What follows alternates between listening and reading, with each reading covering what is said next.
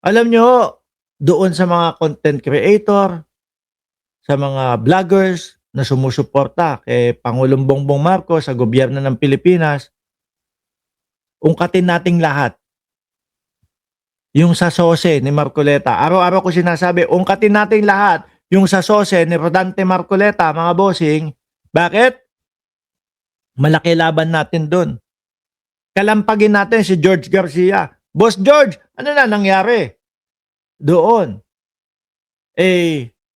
Yung sose, sa sose ni Marcoleta, walang donasyon. Tapos umamin na may donasyon naman pala. Kasi nahalata, nakita na magkano yung kanyang SALN, 52 million o naglalaro dyan sa 52 million. Tapos 112 million mahigit o 120 million. Yung gastos doon mismo sa kanyang kampanya, doon na nahalata ho. Ang sabi, kapag ka ikaw walang sose, ibig sabihin, hindi ka pwedeng mag-upo o umupo sa kung ano man yung napanalunan mo na posisyon. Ang katumbas daw po ng pagsisinungaling doon sa sose. Ibig sabihin, wala kang sose. Baka may kulong pa nga yan Kasi nagsinungaling ka doon sa nilagdaan mo o pinirmahan mo o sinumpaan mo Di ba? At kapag ka wala ka sose, hindi ka pwedeng maupo.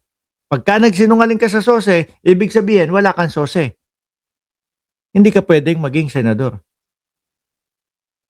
George Garcia, kinakatukan namin, pakisilip naman, no? Wag mo namang iwan yung taong bayan, mamamayang Pilipino patungkol doon.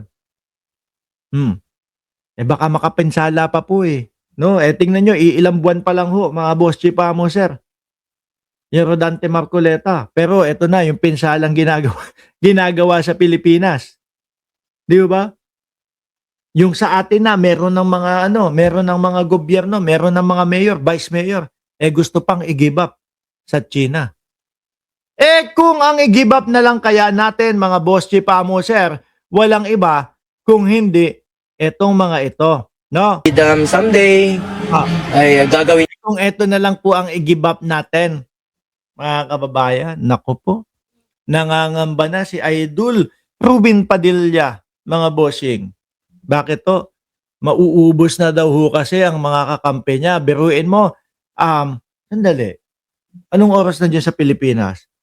10:53. Titingin lang ako ng balita, Titingnan ko lang yung balita, mga bossing, kung pumasok ba si Bongo sa Senado.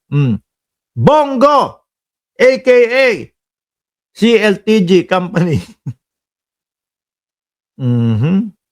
Wala akong nakikita. 2 hours nakalaro si Senator Bongo ng basketball. Ang aga naman mga panya nito bilang Senate. Mamaya babalitaan ko kayo kung papasok ba si Senator Bongo. Pero ngayon mga kababayan, ipapakita muna natin sa mga DDS kung ano yung pangako sa kanila ni Senator Bongo, aka Boy Lugaw. Galit na galit yung mga DDS kay Atty. Leni Robredo nung nagpapalugaw dati. Tapos ito, estilo nung idol nila, lugaw din. Bongo! Ano ang masasabi mo? No? At gaya ng sinabi ni Pangulong Duterte, even it would cost his freedom someday. Ito na nga yun. Nakakulong na nga. Ay gagawin niya po ang lahat para sa Pilipino. Ako naman, dahil alam ko pong ginagawa ni Pangulong Duterte ang kanyang trabaho para sa Pilipino, sasamahan ko po siya kahit saan. At gaya ng sinabi, Putang nga. Sige na. Huwag ka nang papalag, boss. Kapag ka ikaw sinerban na ng warrant of arrest, kunin mo na. Bakit?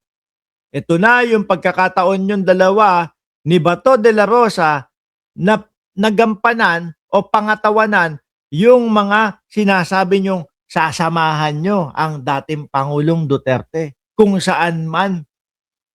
No?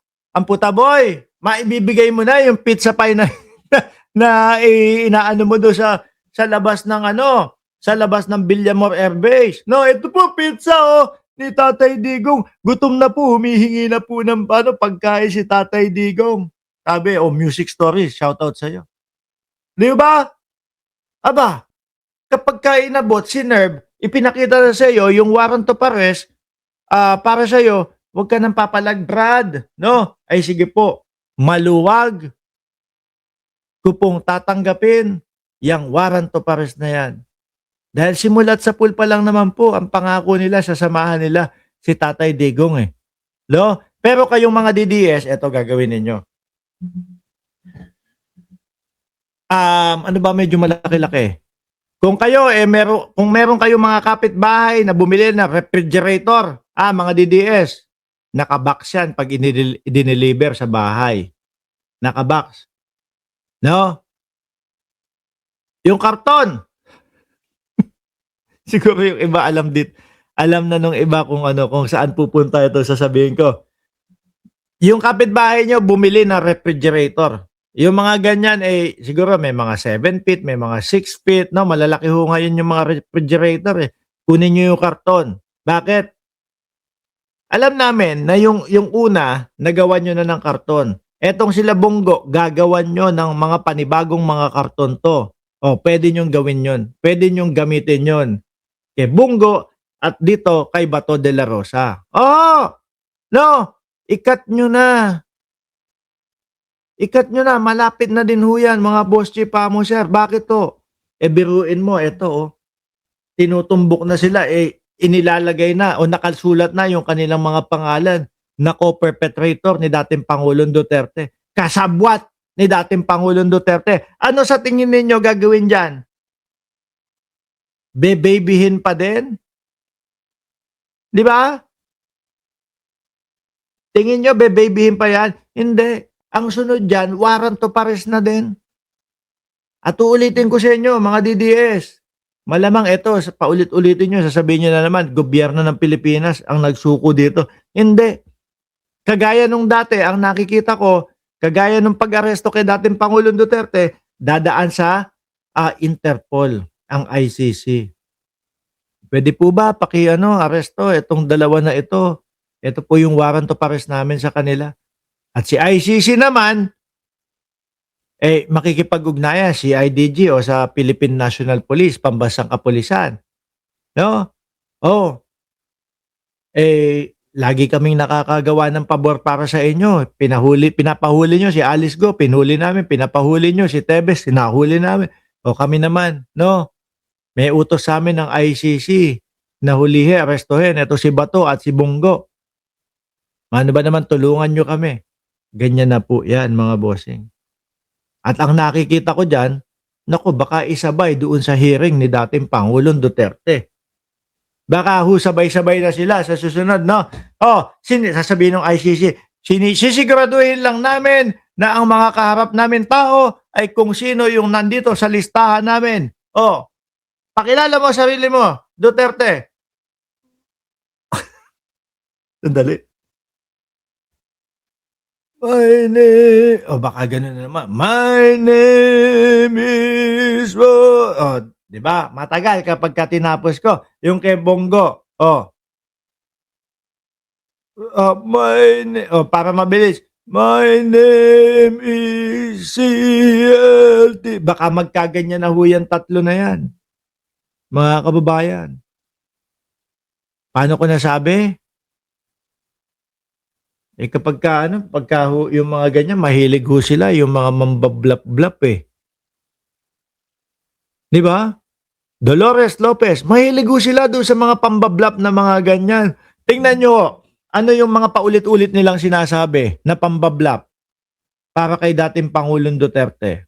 Hindi na daw po fit para mag-trial. Pero meron po mga sariling doktor at may mga eksperto po yung ICC, kaya na ipapakita ho sa kanila, tingnan nyo, eto, fit talaga, pwede mag-trial si dating Pangulong Duterte. Sila-sila lang ho yung meron pang mga nagbabalita na bagok daw yung ulo. Sabi naman ni Bato de la Rosa, berewek na daw po ang Pangulo. Di ba? Yung mga ganyang style ho, mga bossing, hindi uubra sa ICC yung mga ganyan. No? Kung gusto nyo talagang matapos at makalaya agad-agad ang dating Pangulong Duterte, sagutin ninyo yung mga issue sa kanila o sa kanya. Yun yung pinakamadali at magandang gawin ninyo. Sabi ni Paul 333, magtago ka na, kalbong bato. Ikaw naman, nagtatago na nga yung tao eh. Pinagtatago mo pa.